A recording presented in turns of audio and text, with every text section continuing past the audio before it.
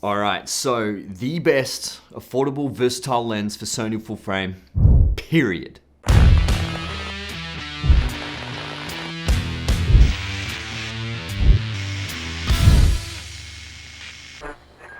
What's going on, my friends? My name is Jason Morris and I hope you're all doing well. Recently I got to work with Tamron with their latest lens, the 28-200 f2.8-5.6, and they were kind enough to send it to me for a week to put it through its paces, and thank you for doing that.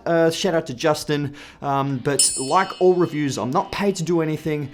This is completely independent review and the opinions will always stay unbiased. But now, before we get into it, if you are super impatient or do want specific testing, the link will be in the description below with the time codes, just to help you guys out find those certain discussion points. So Tamron has done it again. This is an affordable lens. Well, this isn't, because this is the 17-28. This is mine. I did have to give it back, and I'm filming on the 28-75. Those are constant apertures of f2.8. The one that I actually give back was a 2.8 to 5.6. Yes, there is a variable aperture. It's not constant 2.8 like these two, and it does creep up past 2.8 quite quick.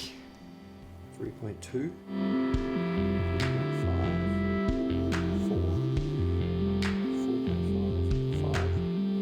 5.6. But in all fairness to the people who are getting this lens, I mean, I could pretty much confidently say this is probably the full frame lens that they actually want. It's affordable, it's for travelers, vloggers, beginners, intermediate shooters, or even professionals who just want an all-round sort of cool lens to capture extra stuff. I know I would like to get this lens if I do some traveling, because it's got 28 to 200 on full frame.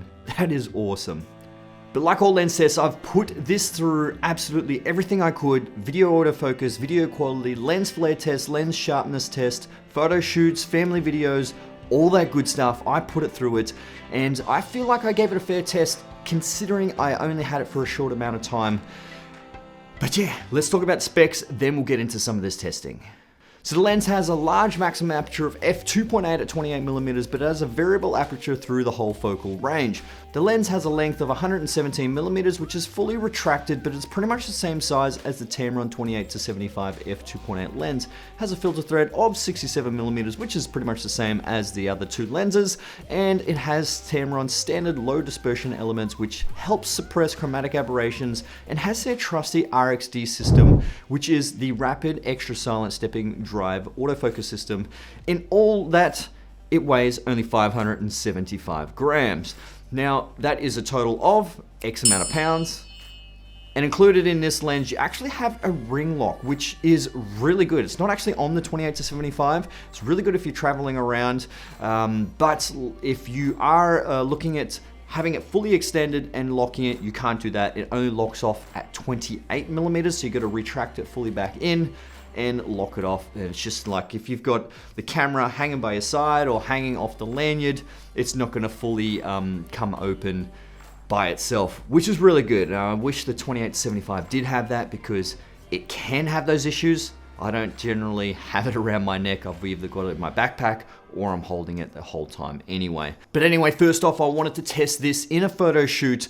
Could I actually use this during a professional photo shoot and get some decent photos?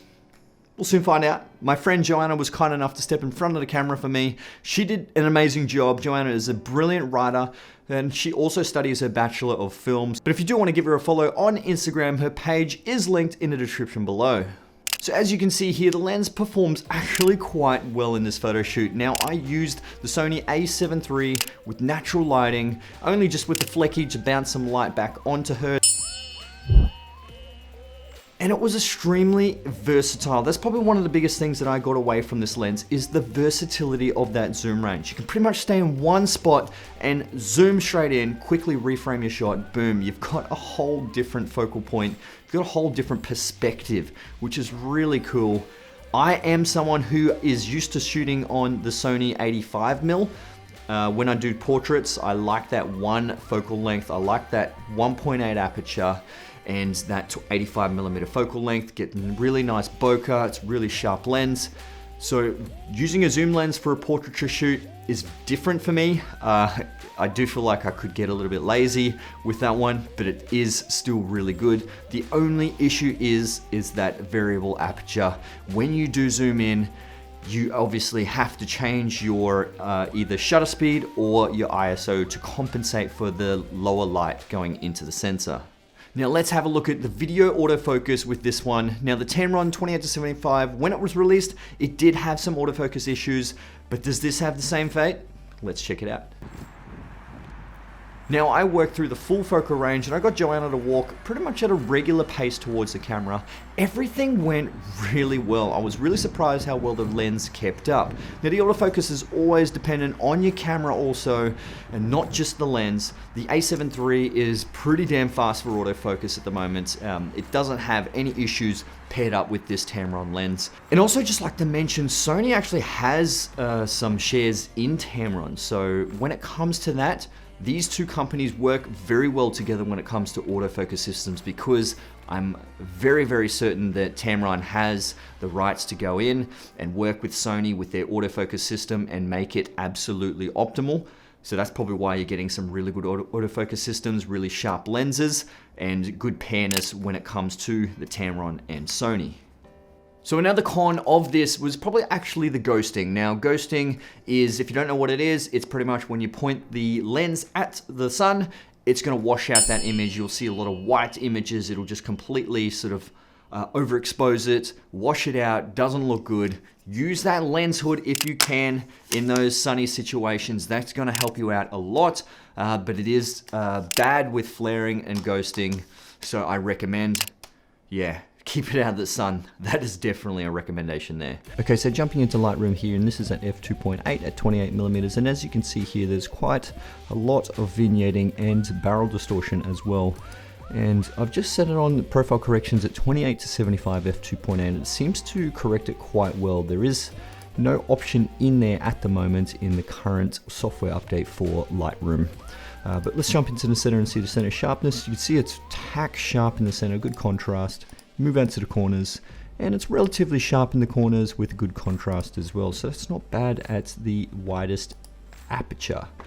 And we stop it down to f4, jump into the center, same again, nice tack sharp image, and it has gotten a little bit sharper in the corner as well. Stopping at f5.6, once again, tack sharp, and out to the corners, it has sharpened up quite a lot as well. So it's already really good performance. And at f16 at the lowest aperture at 28mm, you can see jumping into the center, it's quite sharp still, and out to the corners, it's still relatively sharp. There's a little bit of softness, but it's still really good performance through the 28mm. Now stopping it down to f4 at 50mm, jumping into the center, and it looks like I've actually missed focus there. Or maybe I haven't. I don't know, that seems quite sharp in the corner here. But it's really, really soft in the center. I must have missed focus there, so I can't really judge that one right there. We'll stop it down to f5.6. And yeah, I've definitely missed focus because it is tack sharp in the center there.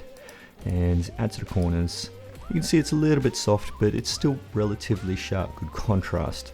And stopping it down to f16. Tack sharp again in the corners, and also tack sharp in the corners. It's pretty sharp. It's a little bit off, but it's pretty good performance at f16. At 100mm, f4.5 in the center. It is nice and sharp, good contrast. We move out to the corners. You can see it's a little bit soft there, but it's still really good contrast into the corners. And we stop it down to f5.6. Once again, really sharp, good contrast in the center and in the corners. A little bit soft in the corners, but still pretty good contrast. Stopping into f8, and it is probably at its razor sharp image there in the center, out to the edges, and it's a little bit soft again out to the edges. Hasn't gotten any better there. And stopping at f25, which is a really small aperture, and it's still relatively sharp. It hasn't really had any lens diffraction there, which is really good performance at the smaller apertures. So that is good for landscape photographers if they're looking at shooting at lower apertures. And at 200mm now, we'll go to f5.6, You can see it's tack sharp in the center, out to the edges. It's a little bit soft in the edges, but still decent contrast. Stopping it down to f6.3, tack sharp in the center. And once again, still a little bit soft in the corners, stopping it down to f8, tack sharp as usual, and into the corners, still a little bit soft again in the corners, stopping it down to the minimum aperture of f32. You would expect, yeah, a little bit of diffraction there. It has lost a little bit of sharpness and contrast. Moving out to the corners, and it's slightly sharper in the corners, but still overall supreme performance from this lens. I'm really surprised how well this lens has performed. Now, one of the pros would definitely have to be the biggest selling points of this, and that is the price and versatility. Now, those two would be the absolute biggest reason why you would actually buy this lens. Now, having a full frame lens that is affordable, massive focal range of 28-200 is amazing. Like I said earlier, if you need to get something similar, you're gonna have to spend about $1,100 and get yourself the 24-240, 3.5 to 6.3. And you know, that is pretty much a no-brainer. You would just get this one instead.